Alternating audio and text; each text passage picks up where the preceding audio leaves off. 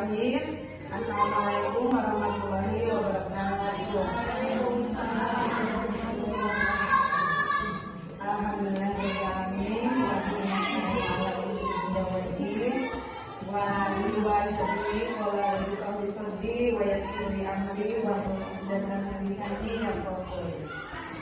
Pertama yang saya hormati Ibu Kepala Sekolah SD Negeri 1 Purwajaya, yaitu Ibu Sumardi SDSD, dan saya banggakan rekan-rekan guru SD 1 Purwajaya yang tidak dapat saya sebutkan satu persatu.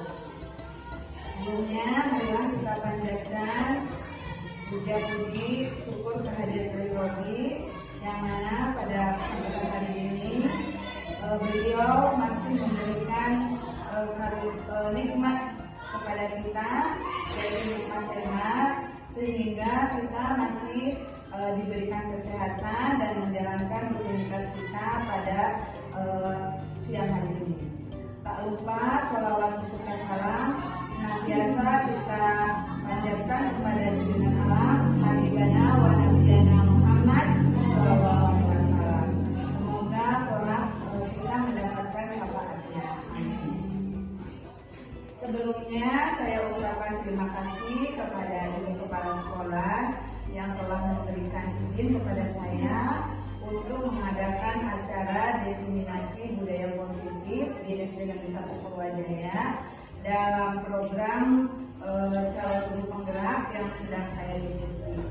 Dan tak lupa saya ucapkan terima kasih kepada rekan-rekan yang berkenan untuk hadir dan memenuhi undangan saya dalam acara ini. Izinkanlah saya untuk membacakan susunan acara yang akan kita laksanakan bersama-sama. Yang pertama, pembukaan. Yang kedua, sambutan dari kepala sekolah.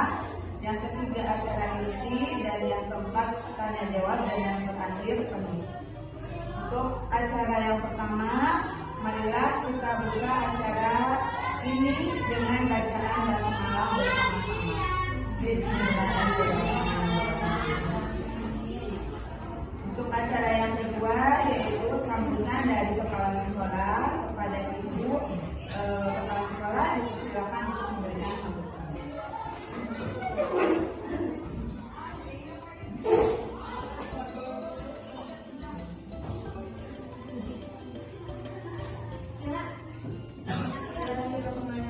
Assalamualaikum warahmatullahi wabarakatuh.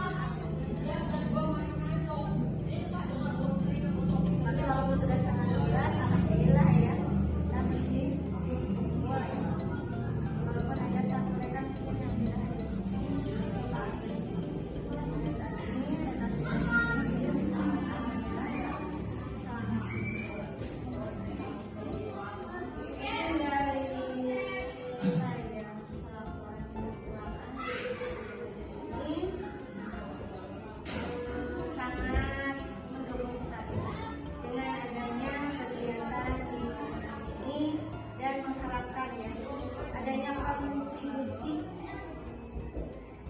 edukatif ya, dalam hal ini kepada rekan-rekan guru, sehingga mungkin rekan-rekan guru nanti guru yang di aliran ini khususnya yang melaksanakan kegiatan ini semoga menjadi pengalaman yang positif ya. Kemudian juga tadi ada hal-hal apa ya yang berkomunikasi mungkin adalah sesuatu yang dibeli dengan uang ya, apa yang diajarkan kepada rekan-rekan yang dimakan semoga digantikan oleh Allah sebenarnya dengan rezeki yang berlimpah. Dan semoga meyakini dalam menjalankan tugasnya dan selaku calon guru penggerak dapat melewati masa-masa apa ya sulit mungkin ya, masa-masa sulit, banyak tugas, harus bisa membagi antara tugas sebagai guru di Sekolah Jaya dan juga tugas-tugas yang harus dilaksanakan sebagai calon guru penggerak. Jadi saya yakin itu banyak sekali tugasnya, tidak tahu tugasnya apa saja, tapi sudah nanya-nanya lah ya ke guru penggerak yang lain, katanya banyak sekali kadang ya tugasnya. Semoga ibu yakin atas kesehatan ya dapat menjalankan semuanya dengan lancar. Itu saja mungkin yang dapat saya sampaikan. Semoga kegiatan ini berjalan dengan lancar dan ditutupnya dengan Anda. Assalamualaikum Waalaikumsalam warahmatullahi wabarakatuh. Terima kasih kepada Ibu Kepala Sekolah yang telah memberikan sambutannya, dan semoga apa yang diharapkan oleh Ibu termasuk salah satu apa ya dikabulkan oleh Allah Subhanahu wa Ta'ala. Terima kasih juga atas support terhadap saya. Semoga apa yang Ibu harapkan saya mampu menjalankan program CGP ini dengan baik dan tidak ada halangan suatu apapun. Terima kasih. Untuk selanjutnya yaitu acara inti. Acara inti yang akan dibawakan oleh saya sendiri. Nah, di sini saya akan membawakan beberapa materi yang wajib disampaikan oleh calon guru penggerak kepada rekan-rekan yang ada di satuannya masing-masing. Namun sebelum kita memulai ke acara inti, mari supaya tidak tegang. Ini kan saya yang tegang ya, bukan yang tegang. Kita main game dulu, Bu. Game. Kita bermain game dulu. Tetapi gamenya ini game yang untuk orang dewasa ya, bukan orang anak-anak. Nah, cara permainannya adalah Ibu saling berhadapan dengan temannya dan mereka yang terbaik selalu sebelum ganti. Mau berdiri apa sama Ibu? Aku sama Ibu.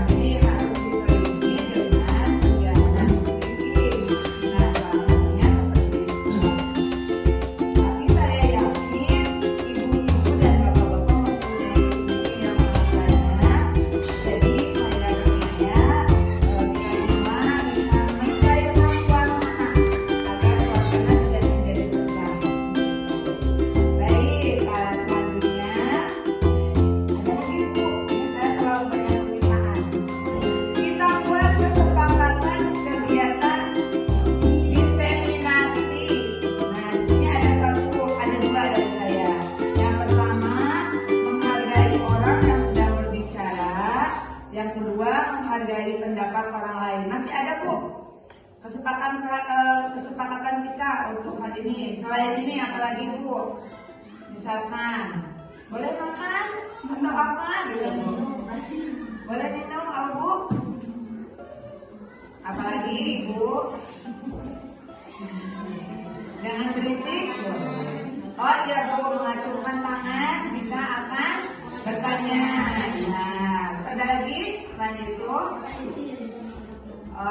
minta izin jika mau pergi keluar atau ke belakang. Ya, berarti kesepakatan kita dalam kegiatan kali ini yang pertama adalah menghargai orang yang sedang berbicara, yang kedua menghargai pendapat orang lain, yang ketiga adalah menghargai orang yang sedang berbicara, yang kedua menghargai pendapat orang lain, yang ketiga mengacungkan tangan ketika ingin bertanya, yang keempat meminta izin jika akan pergi keluar atau ke belakang. Baik, itu ya Bu kesepakatan kita hari ini.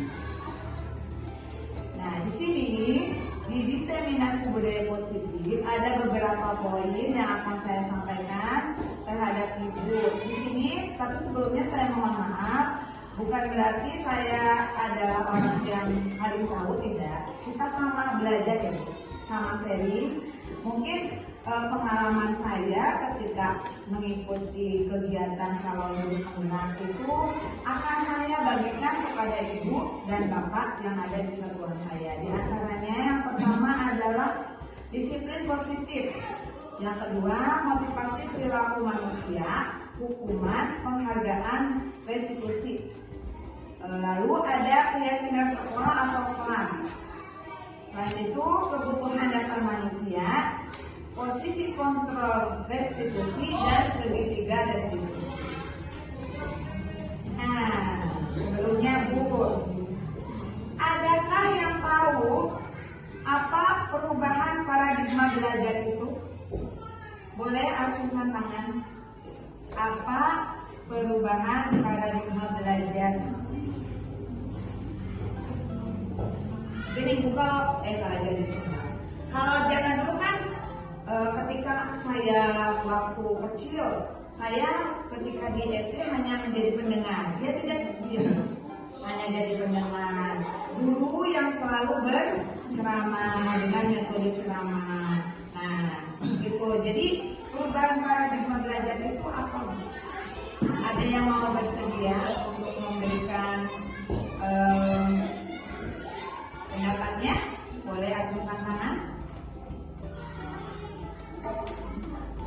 Ya, terima kasih Bu Karmina. Silakan Bu. Ya. Mungkin ini perubahan paradigma belajar. Kalau belajar lebih ke guru yang menjelaskan, yang aktif berbicara di depan, bisa yang mendengarkan, yang memperhatikan. Jadi kalau sekarang beda, lebih pusat ke siswa. Jadi siswa yang lebih interaktif di kelas. Terima kasih tepuk tangan bagi Bu Karmina. Betul. Ada lagi yang mau menambahkan? Barusan Ibu Karmina sudah sangat jelas. Ada lagi? Kalau tidak, kita lanjut di sini. Seperti yang sudah Ibu Karmina jelaskan bahwa secara singkat perubahan paradigma belajar adalah pergeseran dari pembelajaran yang berpusat pada guru menjadi pembelajaran yang berpusat pada siswa. Nah, jadi pergeseran, jadi berganti, beralih posisi. Yang tadinya guru yang aktif, sekarang beralih menjadi siswa yang aktif. Nah, itu. Nah, di sini dengan tujuan menciptakan pembelajaran yang lebih aktif, menyenangkan, dan relevan dengan kebutuhan siswa. Nah, gitu. Lanjut. Di sini ada ciri-ciri perubahan paradigma belajar. Di antaranya seperti yang sudah Ibu lihat, di antaranya ada berpusat pada siswa, pembelajaran aktif, pemanfaatan teknologi, penilaian otentik, pembelajaran yang menyenangkan. Itu ciri-ciri perubahan paradigma belajar. Ada lagi Bu, contoh perubahan paradigma dalam kelas seperti yang sudah Ibu Karmina sebutkan. yang awalnya pembelajaran pasif karena guru saja yang aktif menjadi lebih aktif. Terus dari penilaian berbasis kertas menjadi penilaian berbasis portofolio. Terus dari kelas tradisional menjadi kelas fleksibel. Nah, itu diantaranya. Apa faktor yang mendorong perubahan paradigma? Diantaranya ada perkembangan teknologi, perubahan lingkungan dunia kerja, dan perubahan karakteristik siswa. Yang seperti ini mah kita sharing dengan kegiatan belajar kita di sekolah. Anak sekarang menurut ibu bisa disamakan cara belajarnya dengan anak zaman dulu tidak? Tidak ya. Anak sekarang itu lebih senang ketika mereka langsung, kalau misalkan praktek langsung praktek, atau misalkan bisa dengan kita memodifikasi pembelajaran dengan menggunakan video, ya, permainan dan lain sebagainya. Jadi di situ di sini sangat mendorong sekali untuk kita seorang guru supaya kita mampu memadukan teknologi atau mampu menggunakan teknologi dalam pembelajaran kita di kelas. Selanjutnya ada game lagi Bu, sudah tidak? Ya, game lagi. Ini masih sendiri Bu. Gamenya adalah hijau dan merah. Kalau saya bilang hijau, ibu berdiri hijau. Gitu. Kalau saya bilang merah, ibu duduk. Sudah siap Bu? Oke, 1, 2, 3. Merah, hijau, hijau, merah. Ibu bisa boleh pokoknya. Di sini tidak ada benar salah Bu. Di sini semuanya kita belajar. Disiplin positif.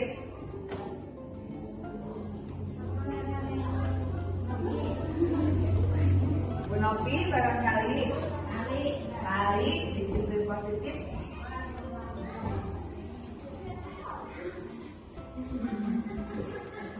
Kamina? Ya. Ada? Ini mau Bu Kamina ini. Tapi kalau tidak ada kita lanjut. Disiplin positif adalah pendekatan dalam mendidik dan membimbing seseorang, terutama anak-anak, dengan fokus pada membangun karakter positif dan tanggung jawab tanpa menggunakan hukuman fisik atau emosional. Nah, kadang ya Bu, saya juga sering mengalami menghadapi siswa itu terkadang mempunyai beban mental menurut saya. Kalau anak sekarang itu dikerasan tidak boleh, dikasih dilembut mana bahasa Indonesia-nya.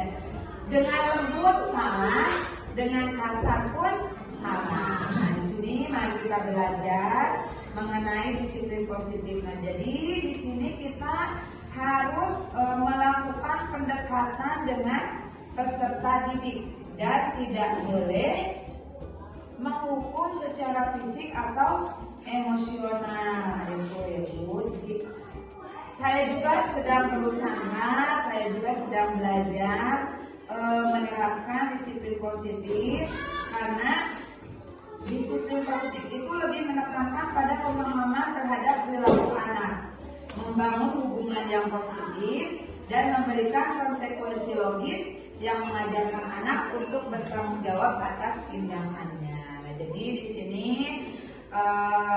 nantilah penjelasannya selanjutnya, karena di sini hanya menjelaskan disiplin positif. Nah, sekarang itu kan kita menggunakan kurikulum Merdeka. Nah, di dalam kurikulum Merdeka itu pemerintah mengharapkan bahwa bangsa Indonesia itu mempunyai karakter yang baik, yang bagus. Jadi di mata pemerintah itu karakter bangsa kita, anak-anak terutama itu sudah mulai krisis. Nah, sehingga di dalam kurikulum Merdeka itu ada yang disebut dengan profil pelajar Pancasila. Ini mah sudah tidak asing lagi, ibu-ibu sudah paham, bahkan untuk ibu kelas bawah itu sering dinyanyikan. Nah, salah satu cara supaya anak kita itu tahu profil belajar Pancasila apa saja, jadi dengan cara dinyanyikan.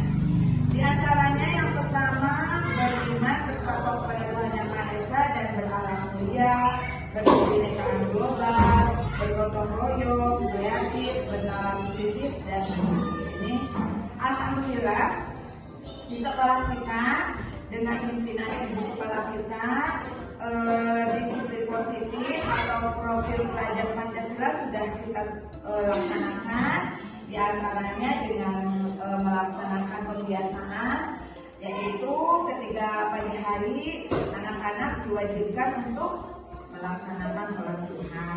Setiap hari Jumat anak-anak membaca surat Yasin bersama-sama. Lalu melatih bergotong royong dengan cara memberikan infak atau sedekah ya. Nah, itu adalah salah satu cara untuk meningkatkan profil pelajar Pancasila yang diharapkan oleh pemerintah. Selanjutnya adalah silakan ibu. Boleh atau tidak kita memberikan hukuman bu terhadap anak-anak? Menurut ibu, boleh atau tidak kita memberikan hukuman?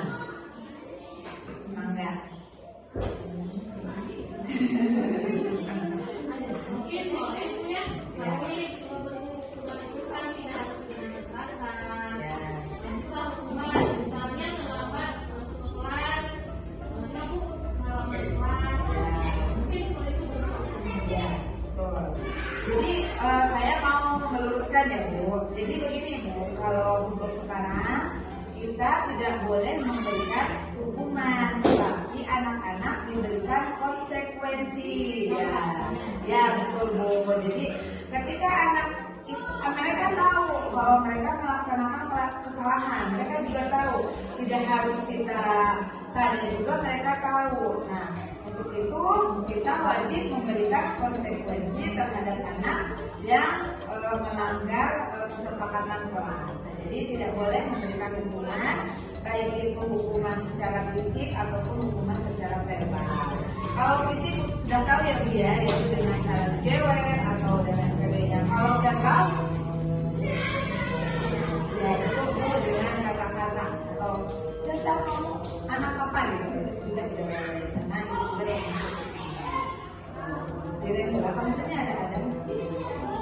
Jadi motivasi perilaku manusia. Nah, di sini motivasinya adalah dorongan internal atau eksternal yang menggerakkan seseorang untuk bertindak atau melakukan sesuatu. Nah, jadi di sini motivasi itu ada dua, motivasi dari dalam dirinya sendiri dan motivasi dari dalam luar. Kalau motivasi dari luar misalkan dari mereka, seperti saya dari ibu-ibu, dari orang tua, dan keluarga dan seterusnya. Sedangkan motivasi dorongan internal adalah motivasi yang keluar dari dalam diri kita sendiri. Di sini motivasi adalah kunci untuk mencapai kesuksesan. Nah, jadi kalau kita ingin sukses, berarti kita harus mempunyai motivasi yang baik. Karena dalam kesuksesan itu ada motivasi-motivasi yang dapat menumbuhkan rasa semangat. Nah, jadi dengan adanya motivasi, seseorang akan produktif, akan fokus, akan gigih, dan akan kreatif. Nah, itu. Selanjutnya adalah kebutuhan dasar manusia. Sekarang saya mau bertanya ke ibu-ibu, kebutuhan dasar ibu apa Bu? Sebagai manusia? Beras, itu berarti uang. Perlu dikasih sayang tidak Bu oleh pasangan Bu? Ya, kebutuhan kasih sayang, terus perlindungan. Nah itu ternyata kebutuhan dasar manusia itu ada 5. Yang pertama, kebutuhan bertahan hidup yang tadi Ibu sebutkan. Kita butuh uang untuk membeli beras, beras nanti dimasak menjadi nasi dan dimakan oleh kita. Terus ada lagi kebutuhan kasih sayang dan rasa diterima. Kasih sayang dari pasangan, kasih sayang dari rekan sejawat, rasa diterima oleh suatu lembaga atau suatu golongan. Nah, itu adalah yang kita butuhkan. Lalu kebutuhan kebebasan. Kebebasan kita mengeluarkan pendapat, kebebasan kita untuk berbicara dan lain-lain. Kebebasan kebutuhan kesenangan, sama hiburan juga itu adalah salah satu kebutuhan dasar kita. Dan yang terakhir adalah penguasaan. Jadi di setiap insan manusia itu mempunyai kebutuhan dasar yang dinaluri bawah sadar bahwa kita semua itu ada di dalam hati ingin menjadi seorang penguasa. Penguasa itu tanda kutip ya Bu, penguasa mungkin di rumah tangga ya. Walaupun saya perempuan, suami saya penguasa saya, itu juga adalah naluri bahwa kita adalah butuh penguasaan. Lalu di sini yang selanjutnya adalah posisi kontrol guru. Konsep 5 posisi kontrol guru merupakan sebuah kerangka kerja yang digunakan untuk memahami dan menganalisis bagaimana seorang guru menjalankan otoritasnya dalam kelas. Konsep ini dikembangkan oleh Diana Bosen. Nah, di sini konsep posisi kontrol guru itu juga ada 5. Nah, nanti kita pilih ya, kira-kira kita berada di posisi yang mana. Yang pertama adalah penghukum. Yang kedua, pembuat merasa bersalah. Yang ketiga, teman. Yang keempat, pemantau. Dan yang kelima, manajer. Nah, di sini dalam posisi penghukum, biasanya guru selalu menggunakan di sini dalam posisi penghukum, biasanya guru selalu menggunakan hukuman fisik atau verbal. Nah, dan biasanya pun guru akan berkata seperti ini, patuhi aturan saya. Nah, itu Bu, itu adalah termasuk posisi penghukum. Sedangkan posisi pembuat bersalah, guru di sini nada bicaranya pelan. Nah, tetapi guru tersebut seolah-olah membuat anak tersebut merasa bersalah. Nah, biasanya guru di dalam posisi ini selalu berkata, ibu sangat kecewa sekali dengan kamu. Nah, seperti itu. Jadi anak otomatis akan merasa bersalah. Yang ketiga adalah sebagai teman. Nah, di sini guru mencoba mempengaruhi murid dengan cara yang positif atau negatif. Nah, jadi guru tersebut mempengaruhi murid bisa dengan cara positif dan dengan cara negatif. Dan biasanya guru tersebut berkata, ayo bantulah ibu atau demi ibu. Nah, seperti itu. Jadi dia itu menganggap murid itu adalah teman. Seperti itu. Yang kelima adalah yang keempat, pemantau. Nah, di sini kalau pemantau melibatkan pengawasan dan penerapan aturan. Guru yang mengambil posisi ini akan menggunakan konsekuensi dan catatan untuk mengendalikan perilaku murid. Nah, biasanya guru akan bertanya tentang peraturan yang dilanggar dan konsekuensinya. Gitu. Nah, jadi di sini dan yang terakhir adalah manajer. Guru berusaha untuk bekerja sama dengan murid, membimbing murid untuk memahami kesalahan mereka, menganalisis kebutuhan mereka, dan mencari solusi. Nah, dan biasanya guru tersebut berkata, apa yang kita yakini atau apa rencana kamu untuk memperbaiki hal ini? Nah, di dalam kelima posisi kontrol guru, yang paling sempurna yaitu yang manajer. Nah, tetapi apabila kita belum mampu melakukan posisi kontrol sebagai manajer, minimal kita sebagai pemantau. Nah, jadi yang nomor 1 dan nomor 3 itu tidak baik ya, atau tidak kurang tepat. Jadi kalau kita sudah mampu, kita harus menjadi manajer. Kalaupun tidak, lebih baik kita menjadi pemantau. Selanjutnya,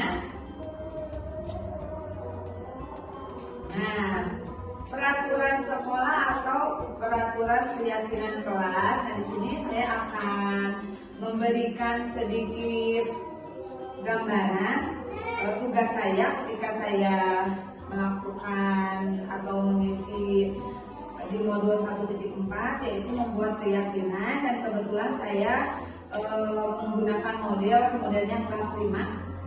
Nah, ini saya akan memutarkan videonya terlebih dahulu.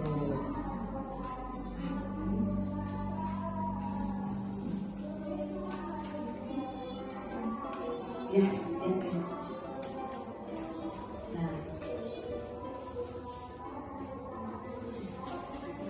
aku kena yang ada video nage. Saya kita kameranya anak kecil goyang-goyang. Lupa mau bawa itu.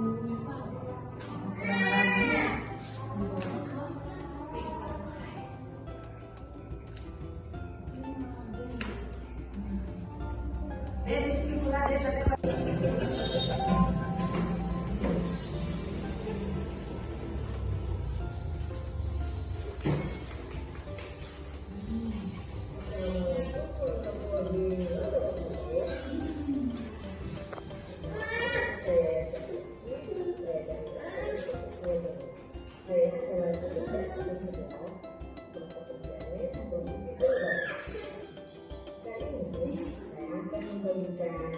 Video dari pembuatan dari kelas di SDN 1 Purwodadi.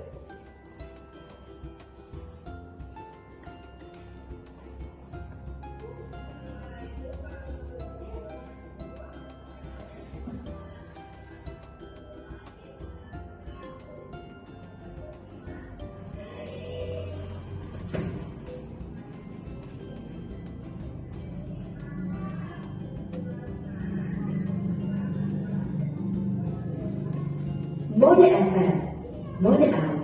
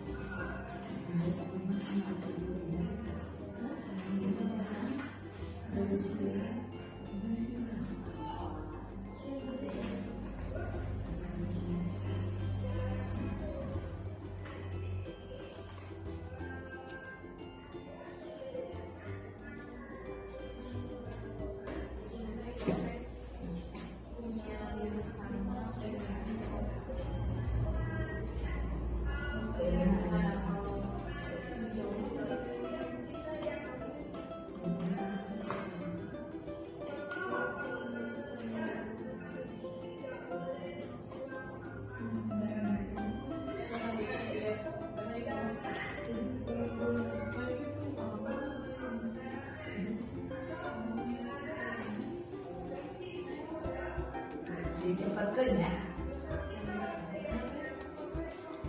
Nah, ini proses menuju mesin. Ini proses tempel.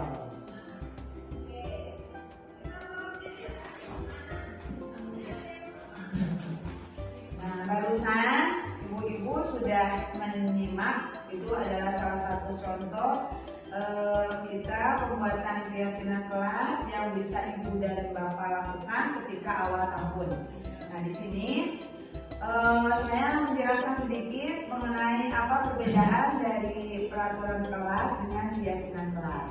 Kalau peraturan kelas itu peraturan yang dibuat oleh guru dan kepala sekolah tanpa melibatkan anak-anak. Tetapi kalau keyakinan kelas adalah keyakinan yang diyakini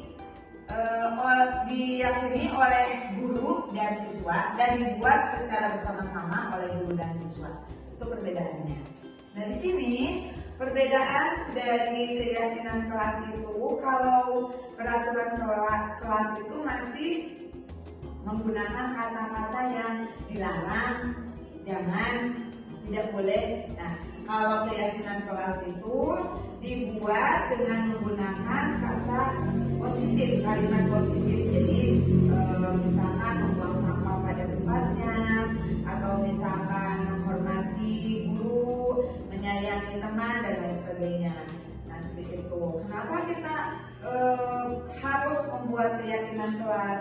Agar kelas yang kita pimpin itu menjadi kelas yang kondusif. Nah, mengapa kok kita harus melibatkan anak-anak dalam pembuatan keyakinan kelas?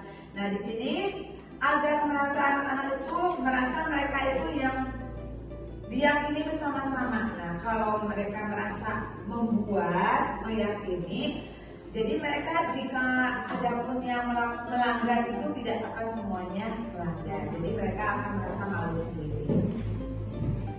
Selanjutnya adalah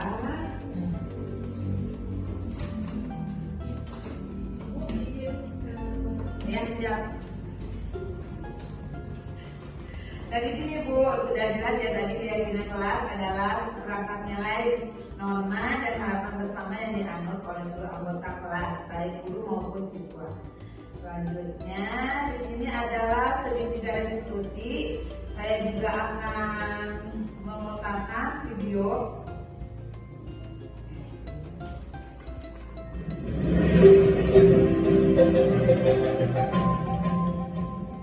Ini adalah kegiatan tugas yang saya kerjakan di CDT. Assalamualaikum warahmatullahi wabarakatuh. Perkenalkan, nama saya Diaryanti. Saya lulusan di SDN 1 Purwajaya. Saya adalah CDT angkatan 11 Kabupaten Ciamis, Provinsi Jawa Barat. Kali ini saya akan memaparkan demokrasi kontekstual penerapan segitiga restitusi modul 1.4 budaya positif.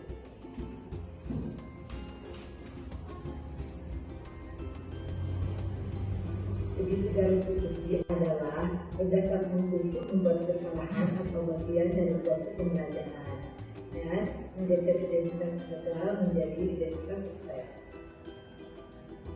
Validasi tindakan yang salah diantaranya berdasarkan prinsip kerja perilaku berupaya memenuhi kebutuhan tertentu.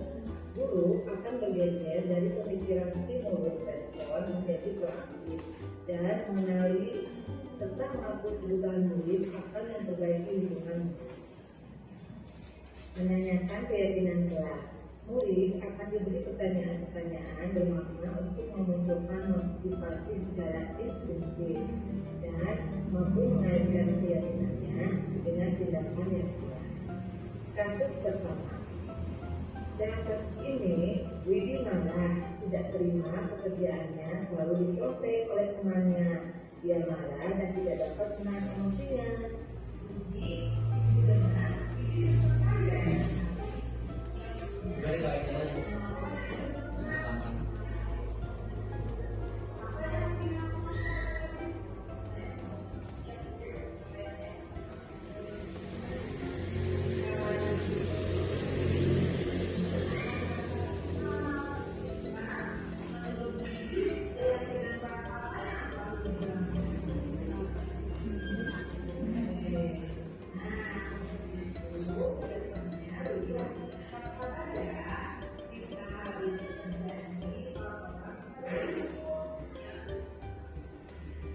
Dan cukup ya Bu, satu kasus saja.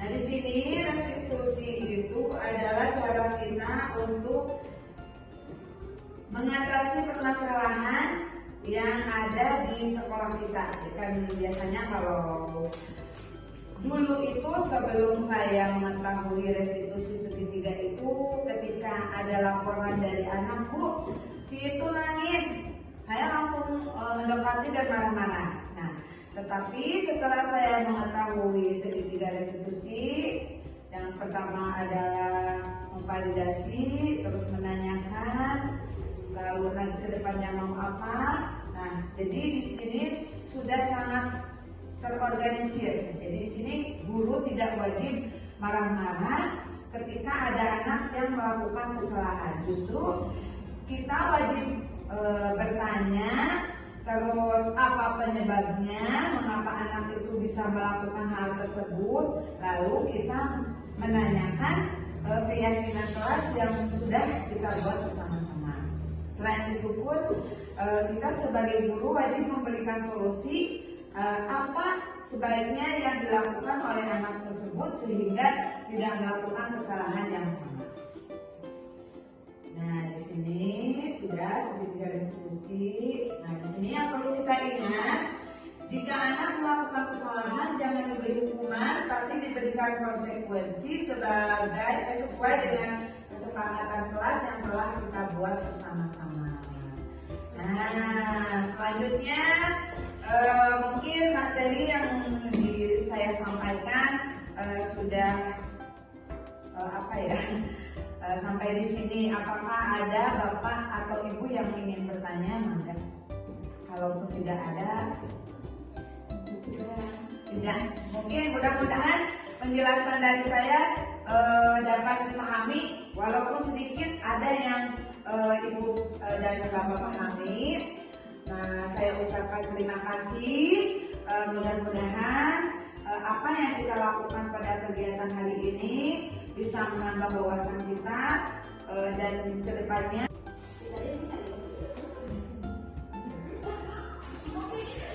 Baik, terima kasih atas waktunya yang telah Ibu berikan kepada saya. Semoga ini menjadi amal ibadah untuk ibu-ibu. Semoga kedepannya sekolah kita menjadi sekolah yang maju, yang diharapkan oleh kita dan oleh orang tua. Marilah kita baca hamdalah bersama-sama. Alhamdulillahirobbilalamin. Saya akhiri, wabillahi taufiq wal hidayah. Wassalamualaikum warahmatullahi wabarakatuh.